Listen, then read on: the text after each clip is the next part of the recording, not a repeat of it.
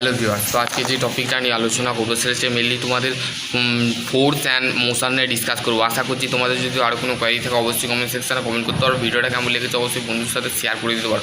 ঠিক আছে, দেখো ফোর্স অ্যান্ড মোশন বলতে আমরা কী বুঝি? Force of the define the agents of the push and pool, the which the change of the change the state of the uniform, the motion of direction of motion of body.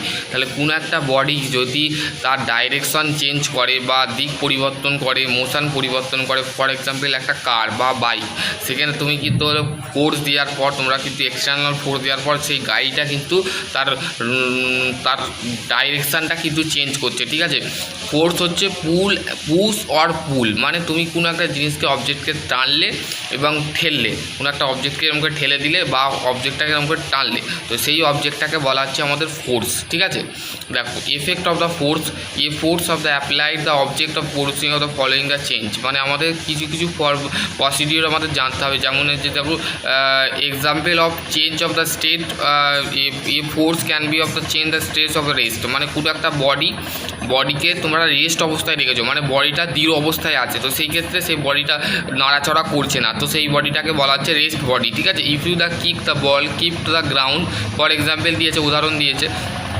দেখো if you the kick the ball of the kept, মানে আমরা যখন কোনো একটা বলকে যখন একটা গ্রাউন্ডের মধ্যে রাখা হয়, রাখার পর বলটা আমরা যখন শটটা মারি, মানে বলটাকে যখন মারি তখন তো বলটা তার নিজের ডাইরেকশানে আস্তে আস্তে ঘুরতে থাকে, তো সেই ক্ষেত্রে কিন্তু এই বলের এক্সাম্পলটাও কিন্তু তোমরা দেখতে পারো। যেমন table with of the start of moving, both of the cases applied of change of the state and rest, মানে আমাদের কী হচ্ছে, আমাদের যে বডি, আমাদের যে টেবিলের মধ্যে কোনো একটা অবজেক্টকে তোমরা কিন্তু মুভ করা, যেমন তোমাদের বাড়িতে যদি লাট্টু থাকে, তো লাট্টুটাকে তুমি যদি ঘোরাও, তো সেই তার ডাইরেকশানটা কী হবে, চেঞ্জ হবে। ঠিক আছে, সেটা কিন্তু এখানে বলে দিয়েছে। এ force can be the stop of moving the body. ঠিক আছে,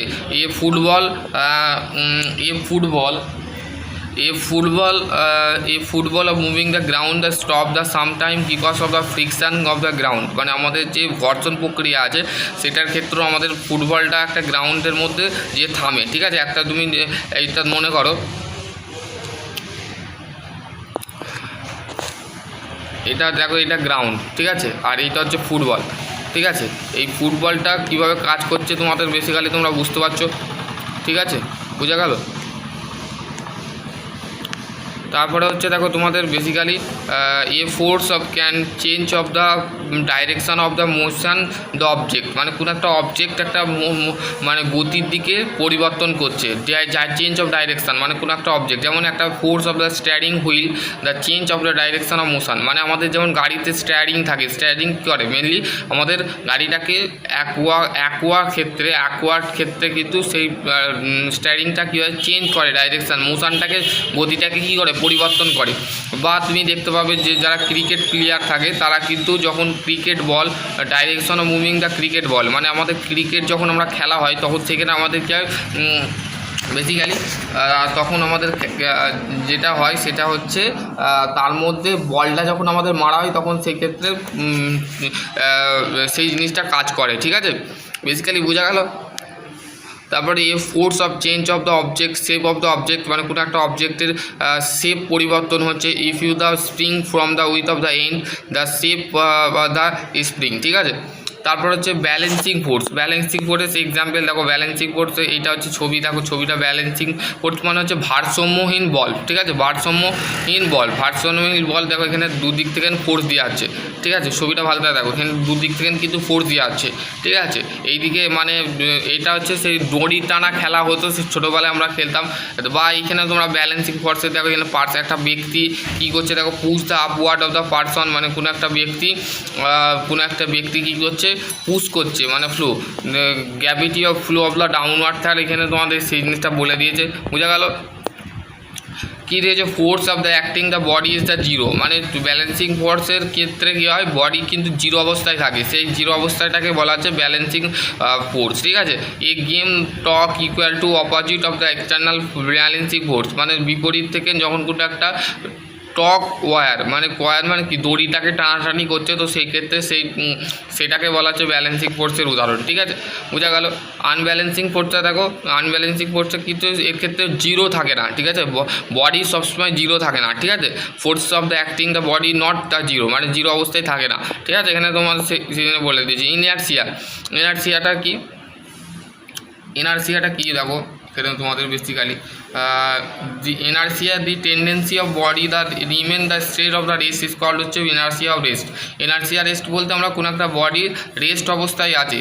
যেমন এখানে তোমাদের একটা বলে দিয়েছে, a person the standing the when the sudden the start of the moving the forward, when the bus of the move the lower parts of the body the begin the move the along with of the bus the wheel the upper continuously of remove the rest of the inertia. তাহলে আমাদের কি বলছে, একটা আমরা যখন বাসে চাপি, ঠিক আছে, যখন বাসে চাপি তখন দেখবে যখন আমাদের বাসে যখন ব্রেক কষে, তো সেই ক্ষেত্রে উল্টো দিক থেকে আমাদের কী হয়, ব্রেক কষার দিকে আমরা হেলে যাই। তো সেই ক্ষেত্রে সেই জিনিসটাকে বলা হচ্ছে অ্যাকচুয়ালি আমাদের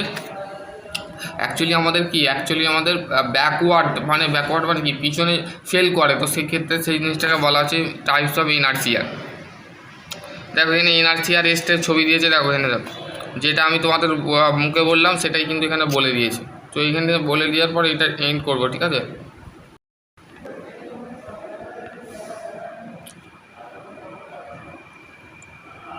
দেখো এখানে ইনার্সিয়া ডাইরেক্টভাবে চেঞ্জ হচ্ছে। দেখো এখানে তোমাদের ফর এক্সাম্পল গাড়ি একটা সেন্ট্রিফিউগাল কন্ডিশনে আছে। ঠিক আছে, দেখো এখানে ছবিটা দেখো,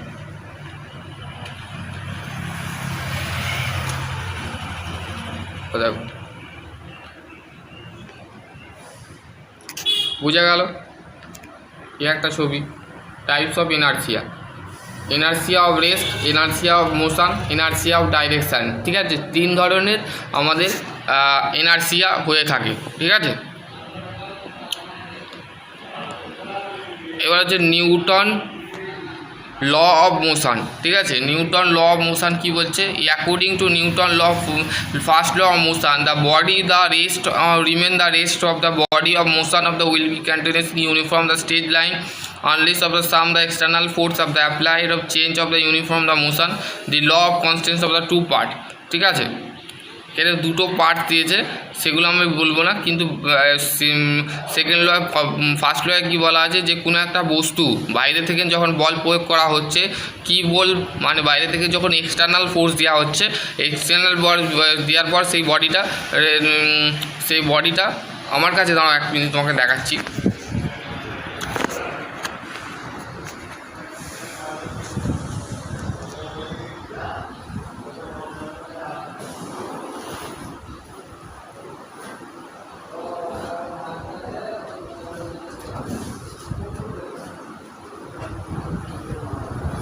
দেখো বন্ধুরা, এই যে বডিটা দেখতে পাচ্ছ, এটা হচ্ছে আমার হাতের ডাস্টার। ঠিক আছে, এই ডাস্টারটা দেখো এখানে তোমাদের এই বডিটা কি হচ্ছে, এই বডিটা দেখো, এই বডিটা হচ্ছে রেস্ট অবস্থায় আছে। ঠিক আছে, এখন এই বডিটাকে আমি নিয়ে যাচ্ছি, মুভ করানোর চেষ্টা করছি, সেই বডিটা কিন্তু এর মধ্যে আমরা কি ফোর্স দিচ্ছি, এইটা হচ্ছে আমার হাতটা হচ্ছে এক্সটার্নাল ফোর্স, মানে এই বডির আমি যখন দিচ্ছি, বডিটা তখন এই অবস্থায় আছে, এইখানে আছে, এইখান থেকে এইখানে চলে আনলাম। তো এই বডিটাকে বলা হচ্ছে দ্যাট ইজ কল হচ্ছে নিউটন ফার্স্ট ল মোশন। ঠিক আছে, তো চলো আজকের টপিক নিয়ে এন্ড করছি। আশা করছি তোমাদের যদি আরও কোনো কোয়ারি থাকে অবশ্যই কমেন্ট সেকশানে কমেন্ট করবো। সকলে ভালো থাকো, সুস্থ